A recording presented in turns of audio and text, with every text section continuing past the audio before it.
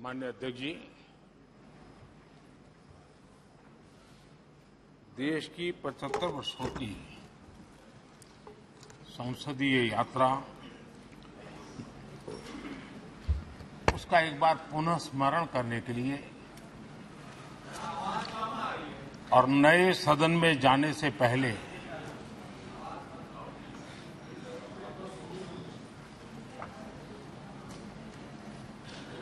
उन प्रेरक पलों को, इतिहास की महत्वपूर्ण घड़ी को स्मरण करते हुए आगे बढ़ने का ये अवसर है। हम सब इस ऐतिहासिक भवन से विदा ले रहे हैं। आजादी के पहले ये सदन इंपीरियल लेजिस्लेटिव काउंसिल का स्थान हुआ करता था। आजादी के बाद ये संसद भवन के रूप में उसको पहचान मिली। ये सही है, इस इमारत के निर्माण करने का निर्णय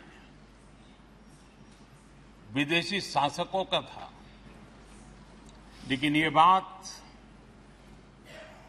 हम न कभी भूल सकते हैं और हम गर्व से कह सकते हैं कि इस भवन के निर्माण में पसीना मेरे देशवासियों का लगा था,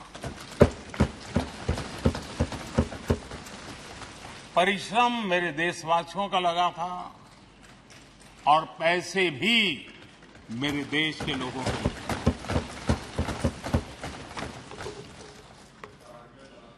इस 75 वर्ष की हमारी यात्रा ने अनेक लोकतांत्रिक परंपराओं और प्रक्रियाओं का उत्तम से उत्तम सृजन किया है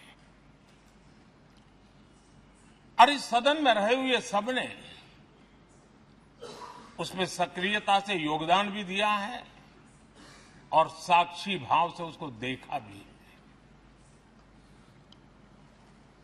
हम भले नए भवन में जाएंगे, लेकिन पुराना भवन भी, ये भवन भी आने वाली पीढ़ियों को हमेशा हमेशा प्रेरणा देता रहेगा।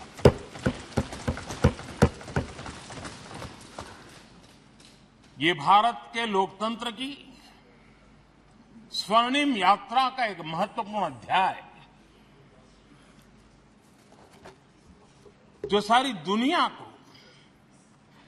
भारत की रगों में लोकतंत्र का सामर्थ्य कैसे है, इसका परिचित कराने का काम इस इमारत से होता रहेगा। आदरणीय अध्यक्ष जी, अमृतकाल की प्रथम प्रभा का प्रकाश राष्ट्र में एक नया विश्वास, नया आत्मविश्वास, नया उमंग, नए सपने, नए संकल्प और राष्ट्र का नया सामर्थ्य उसे भर रहा है।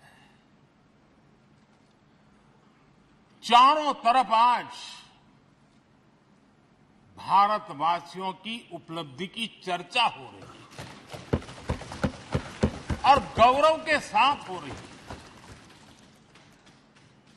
ये हमारे 75 साल के संसदीय इतिहास का एक सामूहिक प्रयास का परिणाम है, जिसके कारण विश्व में आज वो गूंज सुनाई दे रही है। आदरणीय अध्यक्ष जी, चंद्रयान 3 की सफलता न सिर्फ पूरा भारत, पूरा देश अभिभूत है और इसमें भारत के सामर्थ्य का एक नया रूप जो आधुनिकता से जुड़ा है, जो विज्ञान से जुड़ा है, जो टेक्नोलॉजी से जुड़ा है, जो हमारे वैज्ञानिकों के सामर्थ्य से जुड़ा है, जो 140 करोड़ देशवासियों के संकल्प की शक्ति से जुड़ा हुआ है, वो देश और दुनिया पर एक नया प्रभाव पैदा करने वाला है। ये सदन और इस सदन के माध्यम से मैं फिर एक बार देश के वैज्ञानिकों और उनके साथियों को कोटि कोटि बधाइयां देता हूं, उनका अभिनंदन करता हूं।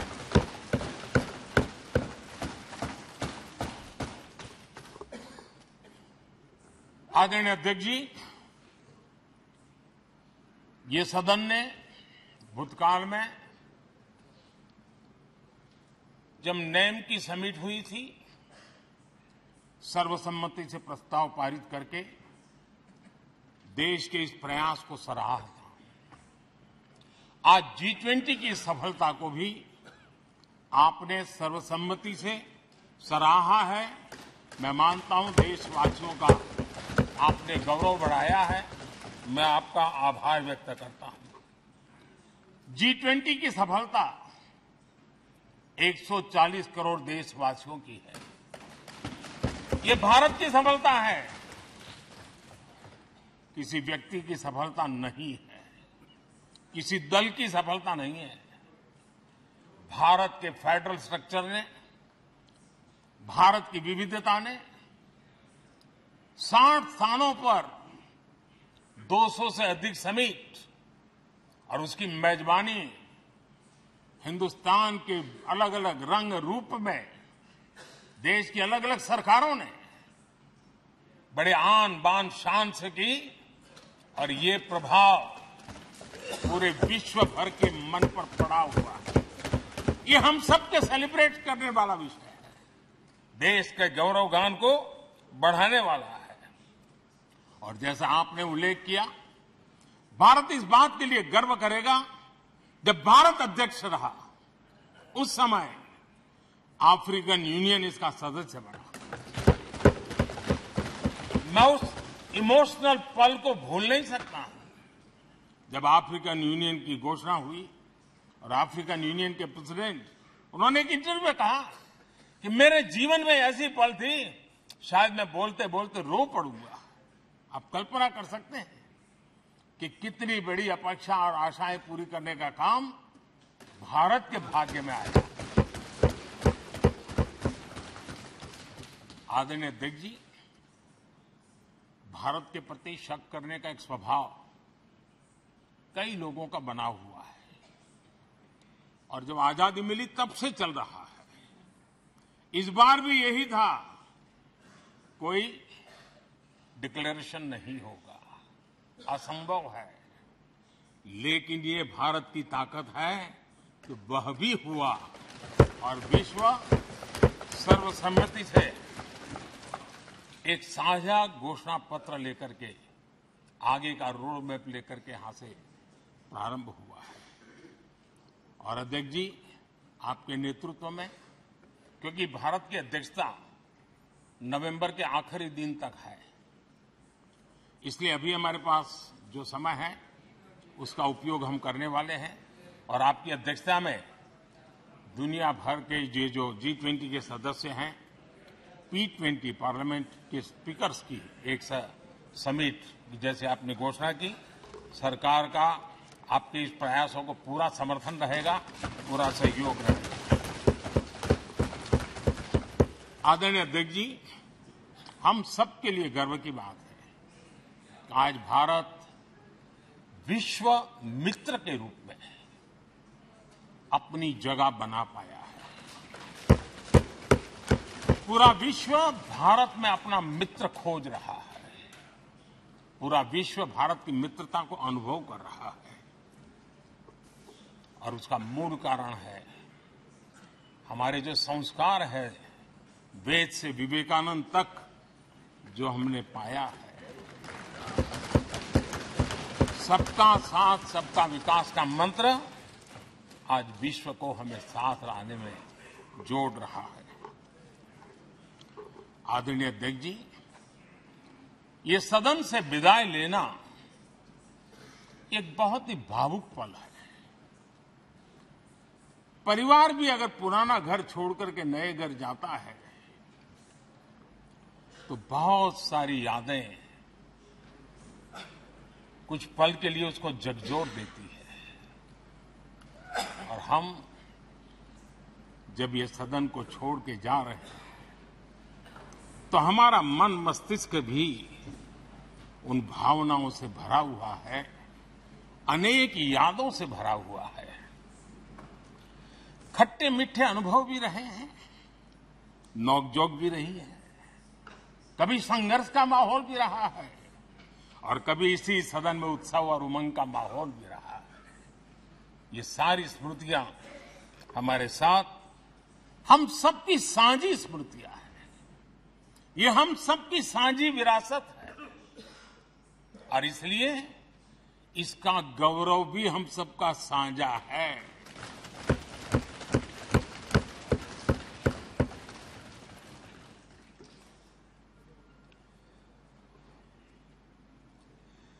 आजाद भारत के नवनिर्माण से जुड़ी हुई अनेक घटनाएं इन 75 वर्ष में यही सदन में आकार लेती हुई हमने देखी है।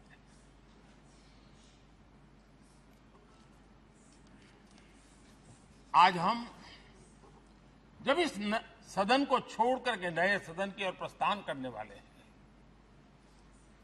तब भारत के सामान्य मानवीय की भावनाओं को जहां जो आदर मिला है, सम्मान मिला है, उसकी अभिव्यक्ति का भी यह अवसर है। और इसलिए आदरणीय अध्यक्ष जी, मैं पहली बार जब संसद का सदस्य बना और पहली बार एक सांसद के रूप में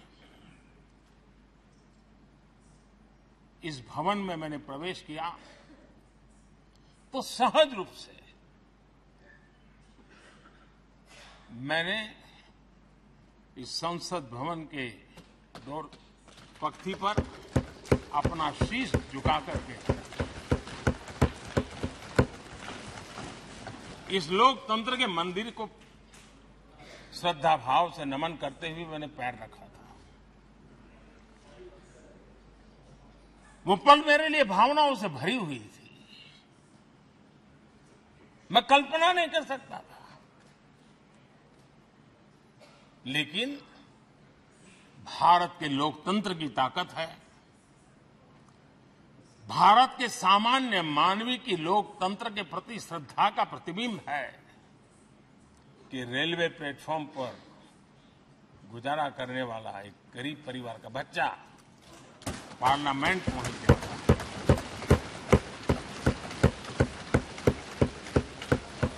मैंने कभी कल्पना तक नहीं की कि देश मुझे इतना सम्मान देगा, इतना आशीर्वाद देगा, इतना प्यार देगा। सोचा नहीं था अध्यक्ष जी। आदरणीय अध्यक्ष जी, हम में से बहुत लोग हैं जो संसद भवन के अंदर जो चीजें लिखी गई उसको पढ़ते भी रहते हैं, कभी कभी उसका उल्लेख भी करते हैं। हमारे यहाँ संसद भवन के प्रवेश द्वार पर एक छांदोग्य उपनिषद का एक वाक्य है, लोक द्वारम करके पूरा वाक्य है। उसका मतलब ये होता है कि जनता के लिए दरवाजे खोलिए और देखिए कि कैसे वो अपने अधिकारों को प्राप्त करती है। हमारे ऋषि मुनियों ने लिखा हुआ, हमारे प्रवेश द्वार पर लिखा हुआ। हम सब और हमारे पहले जो यहां रहे हैं वो भी इस सत्यता के साक्षी है। आदरणीय अध्यक्ष जी, समय रहते जैसे जैसे वक्त बदलता गया, ये हमारे सदन की संरचना भी निरंतर बदलती रही है और अधिक समावेशी बनती गई है। समाज के हर वर्ग का प्रतिनिधि विविधताओं से भरा हुआ इस सदन में नजर आता है। अनेक भाषाएं हैं, अनेक बोलियां, अनेक पहरवेश है, अनेक खानपान है।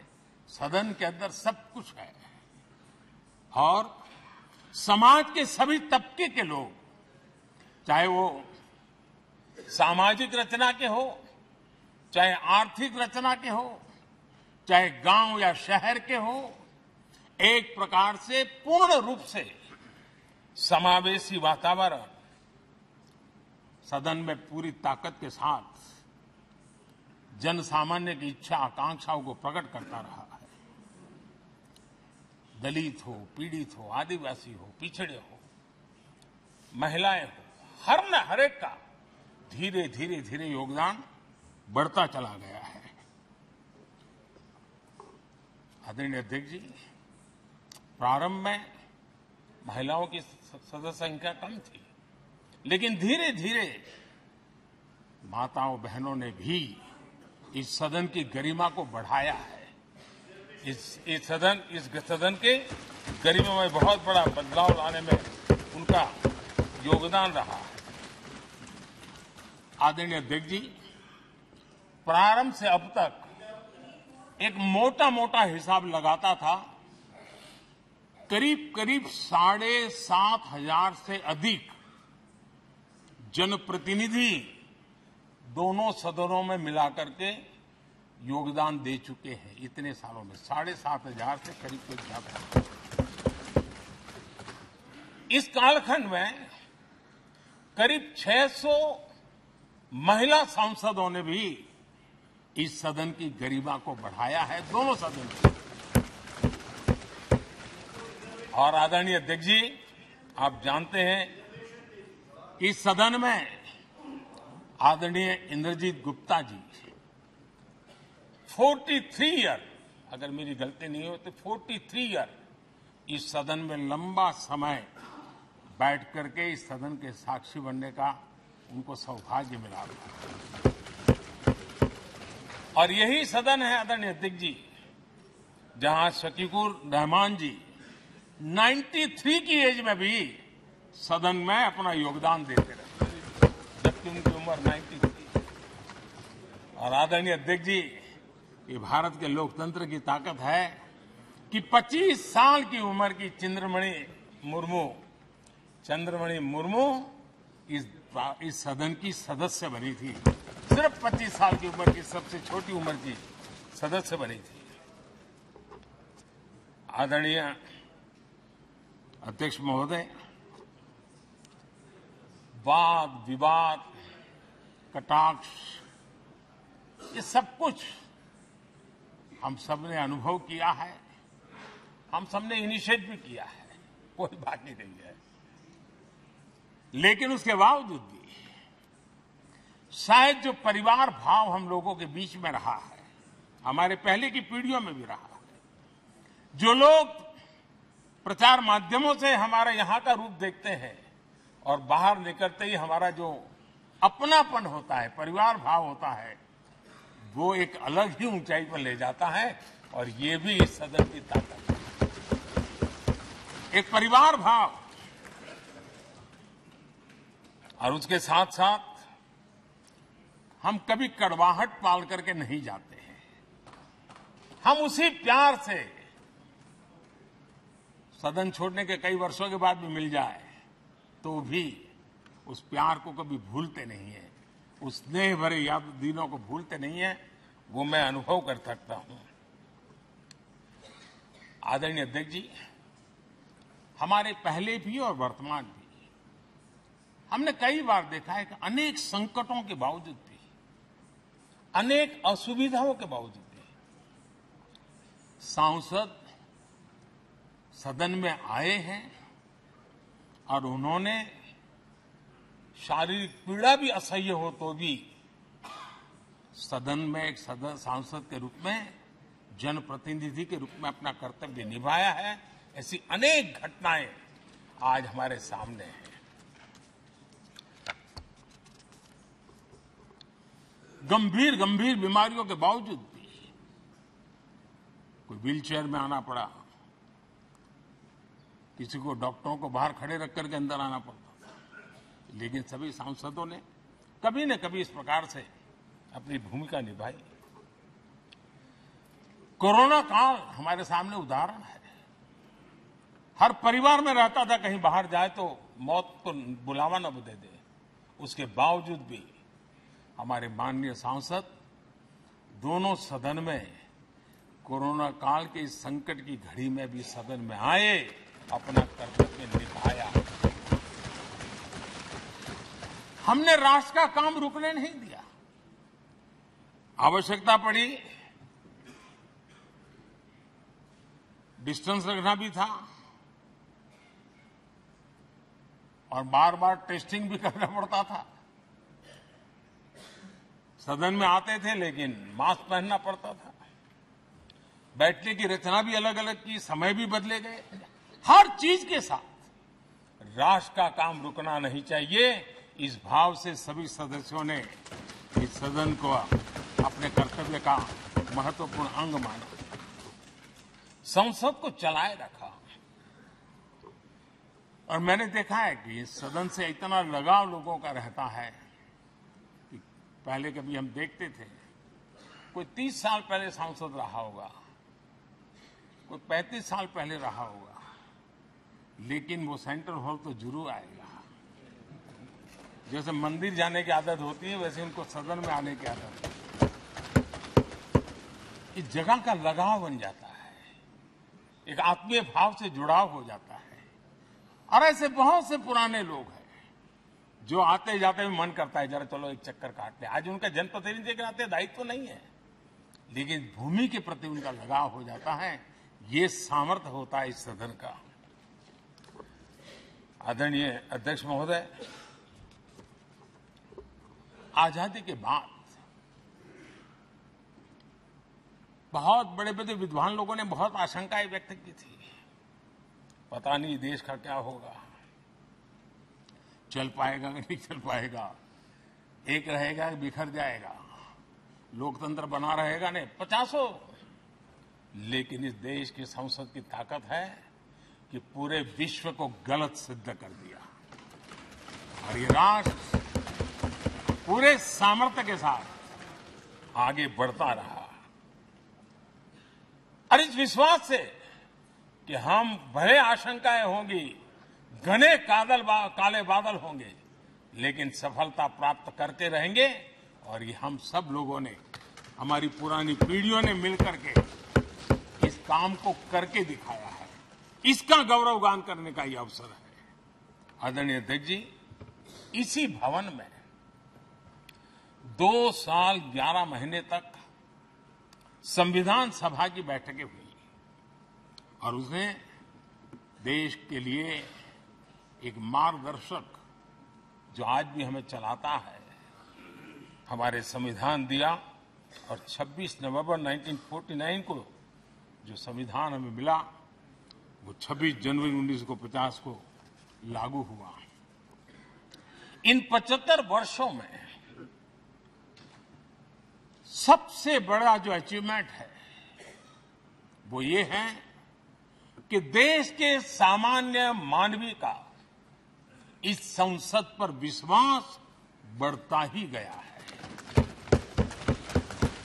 और लोकतंत्र की सबसे बड़ी ताकत यही है कि इस महान संस्था के प्रति, इस महान इंस्टीट्यूशन के प्रति, इस व्यवस्था के प्रति उनका विश्वास अटूट रहे, विश्वास उनका बना रहे। इन 75 वर्षों में हमारी संसद ने जन भावनाओं की अभिव्यक्ति का भवन भी बना दिया। यहां जन भावनाओं की पुरजोश अभिव्यक्ति और हम देखते हैं राजेंद्र बाबू से लेकर डॉक्टर कलाम, रामनाथ कोविंद और अभी द्रौपदी मुर्मू जी, इन सब के संबोधन का लाभ हमारे सदनों को मिला है, उनका मार्गदर्शन मिला है। आदरणीय अध्यक्ष जी, पंडित नेहरू जी, शास्त्री जी, वहां से लेकर के अटल जी, मनमोहन सिंह जी तक एक बहुत बड़ी श्रृंखला जिसने इस सदन का नेतृत्व किया है और सदन के माध्यम से देश को दिशा दी है, देश को नए रंग रूप में ढालने के लिए उन्होंने परिश्रम किया है, पुरुषार्थ किया है। आज उन सबका गौरवगान करने का भी अवसर है। आदरणीय अध्यक्ष जी, सरदार वल्लभ भाई पटेल, लोहिया जी, चंद्रशेखर जी, आडवाणी जी, न जाने अनगिनत नाम, जिन्होंने हमारे इस सदन को समृद्ध करने में, चर्चाओं को समृद्ध करने के लिए, देश के सामान्य से सामान्य व्यक्ति की आवाज को ताकत देने का काम इस सदन में किया है। विश्व के भी अनेक राष्ट्राध्यक्षों ने हमारे इन सदनों को संबोधित करने का भी अवसर आए हैं और उनकी बातों में भी भारत के लोकतंत्र के प्रति आदर का भाव व्यक्त हुआ है। आदरणीय अध्यक्ष जी, उमंग उत्साह के पल के बीच भी कभी सदन की आंख से आंसू भी बहे। ये सदन दर्द से भर गया जब देश को 3 अपने प्रधानमंत्री उनको अपने कार्यकाल में ही खोने की नौबत आई, नेहरू जी, शास्त्री जी और इंदिरा जी। तब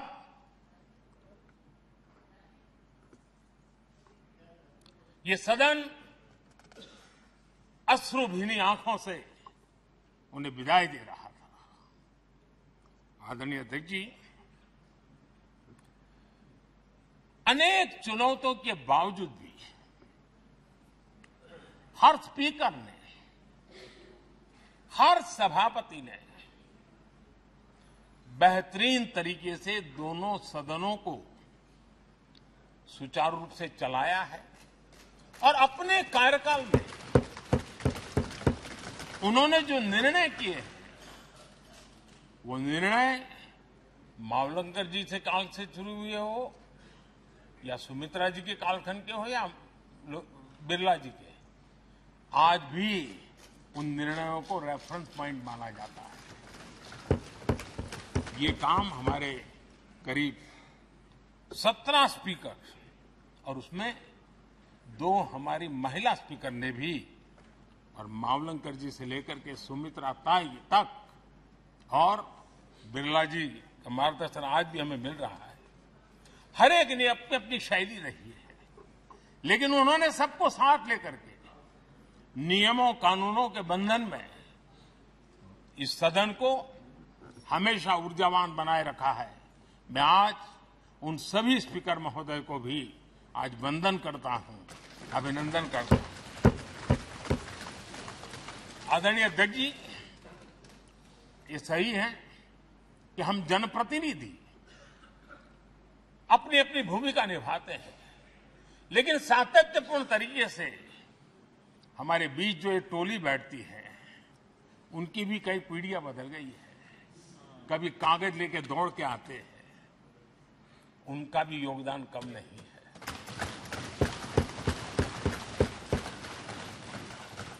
हमें कागज पत्र पहुंचाने के लिए दौड़ते हैं, सदन में कोई गलती न हो जाए, उसके निर्णय में कोई गलत न हो जाए, उसके लिए वो चौकन्ने रहते हैं। जो काम इनके द्वारा हुआ है, उसने भी सदन के क्वालिटी ऑफ गवर्नेंस में तेजी लाने में बहुत बड़ी मदद की है। मैं उन सभी साथियों का और इनके पूर्व में जो रहे हैं उनका भी हृदय से अभिनंदन करता हूं। इतना ही नहीं, सदन मतलब ये खंड ही नहीं है, इस पूरे परिसर में अनेक लोगों ने, किसी ने हमें चाय पिलाई होगी, किसी ने पानी पिलाया होगा, किसी ने रात रात चली हुई सदन को किसी को भूखा पेट रहने नहीं दिया होगा। कई प्रकार की सेवाएं की होगी। किसी ने, माली ने इसके बाहर के एनवायरनमेंट को संभाला होगा, किसी ने इसकी सफाई की होगी। न जाने कितने ही अनगिनत लोग होंगे जिन्होंने हम सब अच्छे ढंग से काम कर सके, और यहां जो काम हो वो काम देश को आगे बढ़ाने के लिए अधिक से अधिक तेजी से हो, उसके लिए जो माहौल बनाना, व्यवस्था बनाना, उसके लिए जिसने योगदान दिया है, मेरी तरफ से भी और इस सदन की तरफ से भी मैं उनका विशेष रूप से नमन करता हूं।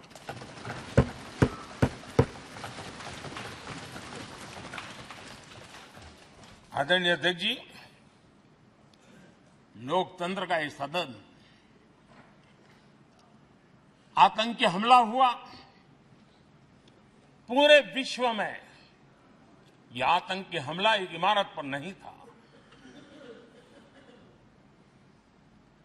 ये मदर ऑफ डेमोक्रेसी एक प्रकार से हमारी जीवात्मा पर यह हमला था। ये देश उस घटना को कभी भूल नहीं सकता है, लेकिन आतंकियों से लड़ते लड़ते सदन को बचाने के लिए और हर सदस्य को बचाने के लिए जिन्होंने अपने सीने पर गोलियां झेली, आज मैं उनको भी नमन करता हूं। हमारे बीच नहीं है, लेकिन उन्होंने बहुत बड़ी रक्षा की है। आदरणीय अध्यक्ष जी, जब आज हम इस सदन को छोड़ रहे हैं, तब मैं उन पत्रकार मित्रों को भी याद करना चाहता हूं जिन्होंने जीवन में, कुछ लोग तो ऐसे हैं जिन्होंने पूरा जीवन अपने कार्यकाल में संसद के काम को ही उन्होंने रिपोर्ट किया है। एक प्रकार से वो जीवंत साक्षी रहे हैं। उन्होंने यहां की पल पल की जानकारी देश तक पहुंचाई, और तब तो ये सारा टेक्नोलॉजी अवेलेबल नहीं थी। तब वही लोग थे जो यहां की बात पहुंचाते थे, और उनका सामर्थ्य था वो अंदर की भी पहुंचाते थे और अंदर की भी पहुंचाते थे।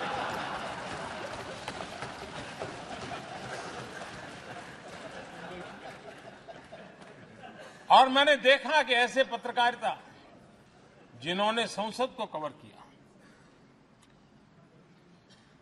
शायद उनके नाम जाने नहीं जाते होंगे, लेकिन इनके काम को कोई भूल नहीं सकता है। और खबरों को लिए नहीं, भारत की इस विकास यात्रा को संसद भवन से समझने के लिए उन्होंने अपनी शक्ति खपा दी थी। आज भी पुराने जो पत्रकार मित्र मिल जाते हैं और जिन्होंने कभी संसद को कवर किया हो, तो ऐसी अननोन चीजें बताते हैं जो उन्होंने अपनी आंखों से देखी होती है, कान से सुनी होती है, जो अचरज करने वाली होती है। यानी एक प्रकार से जैसी ताकत यहां की दीवारों की रही है, वैसा ही दर्पण उनकी कलम में रहा है, और उस कलम ने देश के अंदर संसद के प्रति, संसद सदस्यों के प्रति एक अहोभाव का भाव जगाया है। मैं आज, कई पत्रकार बंधु होंगे जो रहे नहीं होंगे, लेकिन मेरे लिए जैसा ये सदन छोड़ना भावुक पल है, मैं पक्का मानता हूं इन पत्रकार बंधुओं के लिए भी ये सदन छोड़ना उतना ही भावुक पल होगा, क्योंकि इनका लगाव हमसे भी ज्यादा रहे। कुछ तो पत्रकार ऐसे होंगे जो हम लोगों की टर्म से भी ज्यादा है, उन्होंने काम किया होगा। आज उनके उस महत्वपूर्ण लोकतंत्र की ताकत बनने के लिए, योगदान देने के लिए भी याद करने का अवसर है। आदरणीय अध्यक्ष जी,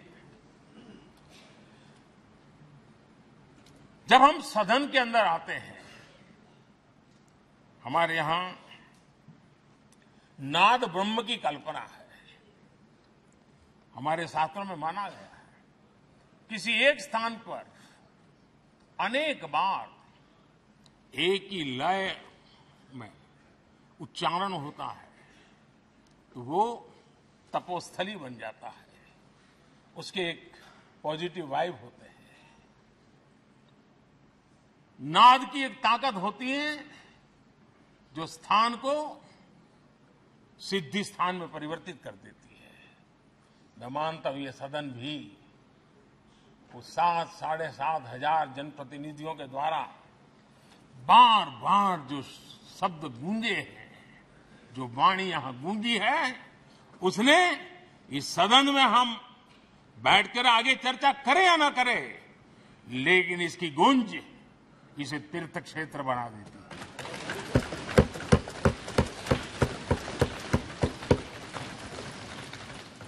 एक जागृत जगह बन जाती है और लोकतंत्र की प्रति श्रद्धा रखने वाला व्यक्ति आज से 50 साल के बाद भी जब यहां देखने के लिए भी आएगा तो उसे उस गूंज की अनुभूति होगी कि कभी भारत की आत्मा की आवाज यहां पर गूंजती थी। और इसलिए अध्यक्ष महोदय, ये वो सदन है जहां कभी भगत सिंह, बटुकेश्वर दत्त, उन्होंने अपनी वीरता सामर्थ्य से अंग्रेज सल्तनत को जगा दिया था बम का धमाका कर। वो बम की गूंज भी जो देश का भला चाहते हैं उनको कभी सोने नहीं देती। आदरणीय अध्यक्ष जी, ये वो सदन है जहां पंडित जी को इसलिए भी याद किएगा, अनेक बातों के लिए याद करेगा, लेकिन हम जरूर याद करेंगे इसी सदन में पंडित नेहरू का at the stroke of midnight की गूंज हम सबको प्रेरित करती रहेगी। और इसी सदन में अटल जी ने कहा था, वो शब्द आज भी गूंज रहे हैं इस सदन में, सरकारें आएगी जाएगी, पार्टियां बनेगी बिगड़ेगी, लेकिन ये देश रहना चाहिए।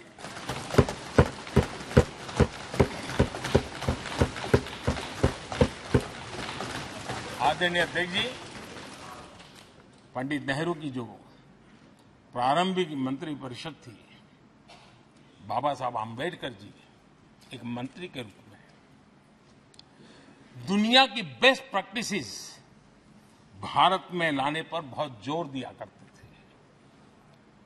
फैक्ट्री कानून में अंतर्राष्ट्रीय सुझावों को शामिल करने पर बाबा साहब सर्वाधिक आग्रही रहे थे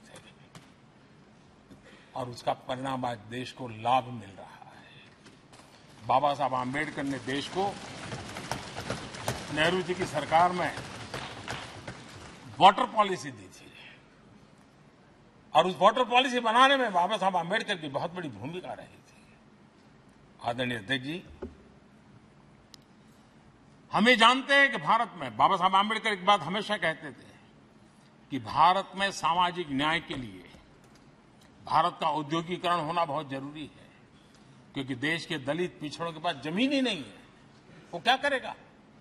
औद्योगिकरण होना चाहिए। और बाबा साहब इस बात को मान करके डॉक्टर श्यामा प्रसाद मुखर्जी, जो पंडित नेहरू के मंत्री थे, उन्होंने इस देश में और पहले वाणिज्य मंत्री के रूप में और उद्योग मंत्री के रूप में उन्होंने इंडस्ट्री पॉलिसी इस देश में लाई थी। आज भी कितनी ही इंडस्ट्री पॉलिसी बने, लेकिन उसकी आत्मा वही होती है जो पहली सरकार के थी और उनका भी बहुत बड़ा अहम योगदान रहा था। आदरणीय अध्यक्ष जी, लाल बहादुर शास्त्री जी ने 65 के युद्ध में हमारे देश के जवानों में का हौसला बुलंद करना, उनके सामर्थ्य के लिए को पूरी तरह राष्ट्र हित में झोंक देने की प्रेरणा इसी सदन में से दी थी लाल बहादुर शास्त्री का। और यहीं पर उन्होंने ग्रीन रिवॉल्यूशन के लिए एक मजबूत नींव लाल बहादुर शास्त्री जी ने रखी थी। आदरणीय अध्यक्ष जी, बांग्लादेश की मुक्ति का आंदोलन और उसका समर्थन भी इसी सदन ने इंदिरा गांधी के नेतृत्व में किया था। यही इसी सदन ने इमरजेंसी में लोकतंत्र पर होता हुआ हमला भी देखा था और इसी सदन ने भारत के लोगों की ताकत को एहसास कराते हुए मजबूत लोकतंत्र की वापसी भी इसी सदन ने देखी थी। वो राष्ट्रीय संकल्प भी देखा था, ये सामर्थ्य भी देखा था। आदरणीय अध्यक्ष जी, ये सदन इस बात का हमेशा ऋणी रहेगा क्योंकि इसी सदन में हमारे पूर्व प्रधानमंत्री चरण सिंह जी ने ग्रामीण मंत्रालय का गठन किया था, रूरल डेवलपमेंट मिनिस्ट्री। इसी सदन में मतदान की उम्र 21 से 18 करने का निर्णय हुआ था और देश की युवा पीढ़ी को इसका योगदान देने के लिए प्रेरित किया गया, उत्साहित किया गया था। हमारे देश ने गठबंधनों की सरकारें देखी, पीपी सिंह जी हो, चंद्रशेखर जी, और बाद में एक सिलसिला चला।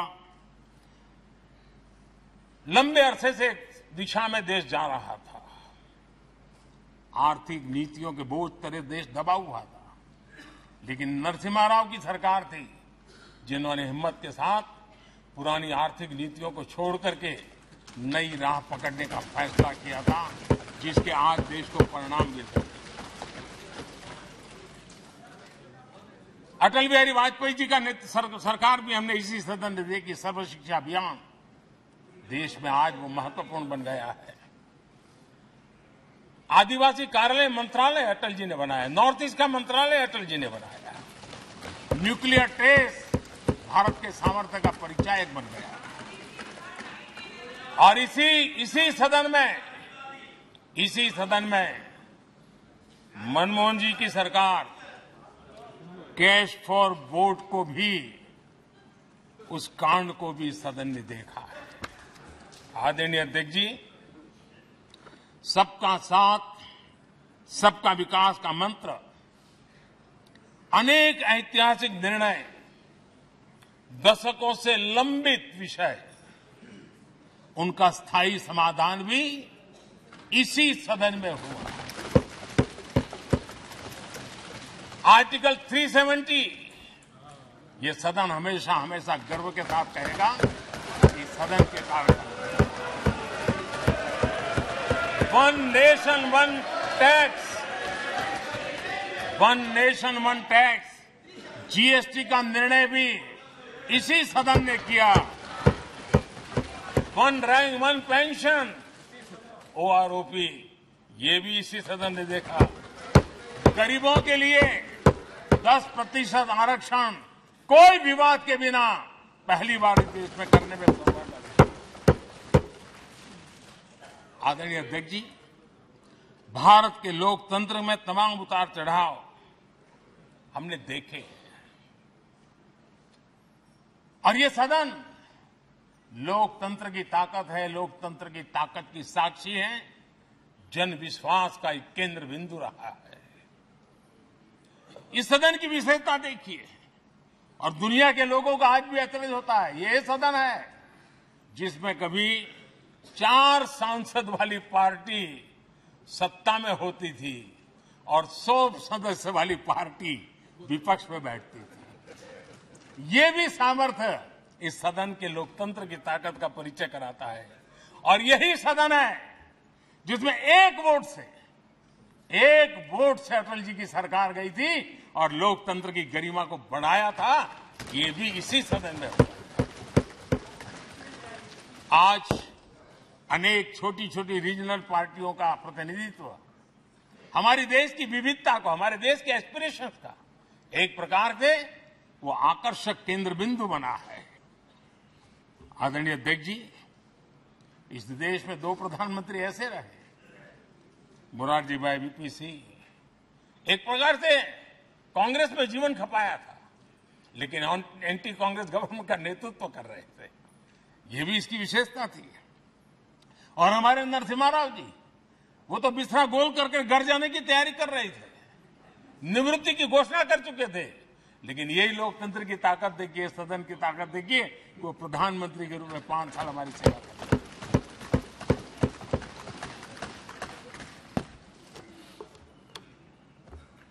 आदरणीय अध्यक्ष जी, सबकी सहमति से कठिन से कठिन कार्य होते हुए हमने देखे हैं।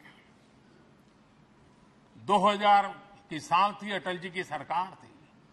इसी सदन ने 3 राज्यों का गठन सर्व स्वीकृति से किया और बड़े उमंग उत्साह से किया। जब छत्तीसगढ़ की रचना हुई तो उत्सव छत्तीसगढ़ ने भी मनाया, उत्सव मध्य प्रदेश ने भी मनाया। जब उत्तराखंड की रचना हुई तो उत्सव उत्तराखंड ने भी मनाया, उत्सव उत्तर प्रदेश ने भी मनाया। जब झारखंड की रचना हुई तो उत्सव झारखंड ने भी मनाया, उत्सव बिहार ने भी बताया। ये हमारे सदन का सामर्थ्य, सब सहमति का वातावरण बना करके। लेकिन कुछ कड़वी यादें वो भी हैं कि तेलंगाना के हक को दबोचने के लिए भारी प्रयास हुए, खून की नदियां भी बही और बनने के बाद न तेलंगाना उत्सव मना पाया, न आंध्र उत्सव मना पाया। एक कटुता के बीज बो दिए गए। अच्छा होता उसी उमंग और उत्साह के साथ हम तेलंगाना का निर्माण करते तो एक नई ऊंचाई पर आज तेलंगाना पहुंच चुका होता। आदरणीय अध्यक्ष जी, संविधान सभा ने, आदरणीय अध्यक्ष जी, इस सदन की परंपरा रही है। संविधान सभा ने उस समय अपना दैनिक भत्ता 45 रुपये से कम करके 40 कर दिया था। उनको लगा हमें इसको कम करना चाहिए। आदरणीय अध्यक्ष जी, यही सदन है कैंटीन में मिलने वाली सब्सिडी, जो बहुत कम पैसे में खाना मिलता था, इसी सदस्यों ने उस सब्सिडी को भी खत्म कर दिया और पूरा पैसा देकर के अब कैंटीन में खाते हैं। आदरणीय अध्यक्ष जी, कोरोना काल में जब जरूरत पड़ी तो यही सांसद जिन्होंने एमपी लेड फंड को छोड़ दिया और देश को इस संकट की घड़ी में मदद करने के लिए आगे आए। इतना ही नहीं, कोरोना काल में इसी सदन के सांसदों ने अपने तनख्वाह में 30% कटौती की और उन्होंने देश के सामने आए हुए संकट में अपनी बहुत बड़ी जिम्मेवारी निभाई। आदरणीय अध्यक्ष जी, हम गर्व से कह सकते हैं, ये सदन में बैठे हुए लोग भी कह सकते हैं, हमारे पूर्वज जो सदन में बैठे थे वो भी कह सकते हैं कि हम ही लोग हैं जिन्होंने हम पर डिसिप्लिन लाने के लिए हमारे यहां जनप्रतिनिधित्व कानून में समय समय पर कठोरता बरती। नियम हमने ही लादे, हमने ही तय किया कि नहीं, जनप्रतिनिधि के जीवन में ये नहीं हो सकता। मैं मानता हूं ये जीवंत लोकतंत्र का बहुत बड़ा उदाहरण है और ये सदन ने दिया है, यही माननीय सांसदों ने दिया है और हमारी पुरानी पीढ़ी के सांसदों ने दिया है। और मैं मानता हूं कि कभी कभी उन चीजों को भी याद करना चाहिए। आदरणीय अध्यक्ष जी, हम जो वर्तमान सांसद हैं उनके लिए तो ये विशेष सौभाग्य का अवसर है। सौभाग्य का अवसर इसलिए है कि हमें इतिहास और भविष्य दोनों की कड़ी बनने का अवसर मिला है।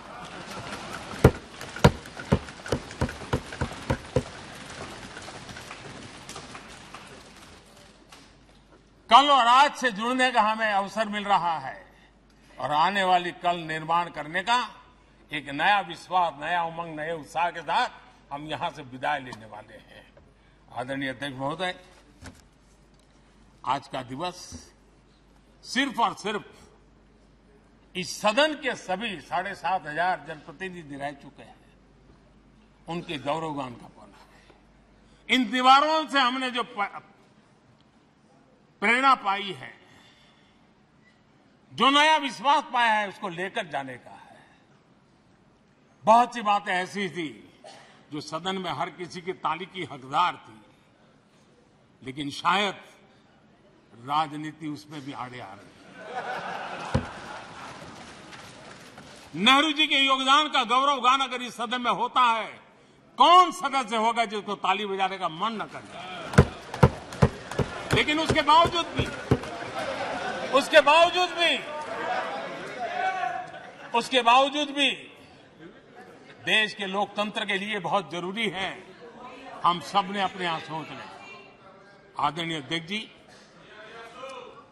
मुझे पूरा विश्वास है कि आपके मार्गदर्शन में और इस अनुभवी माननीय सांसदों के सामर्थ्य से हम नई संसद में जब जाएंगे तो नए विश्वास के साथ जाएंगे। मैं फिर एक बार आज पूरा दिवस आपने इन पुरानी स्मृतियों को ताजा करने के लिए दिया, एक अच्छे वातावरण में सबको याद करने का मौका दिया। इसके लिए मैं आप सबका आपका हृदय से आभार व्यक्त करता हूं और मैं सभी सदस्यों से आग्रह करूंगा कि अपने जीवन की ऐसी मधुर यादों को यहां हम जरूर व्यक्त करें ताकि देश तक पहुंचे कि सचमुच में ये हमारा सदन, ये हमारे जनप्रतिनिधियों की गतिविधि सच्चे अर्थ में देश को समर्पित है, इसका भाव लोगों के तक पहुंचे। इसी एक अपेक्षा के साथ मैं फिर एक बार इस धरती को प्रणाम करता हूं, इस सदन को प्रणाम करता हूं।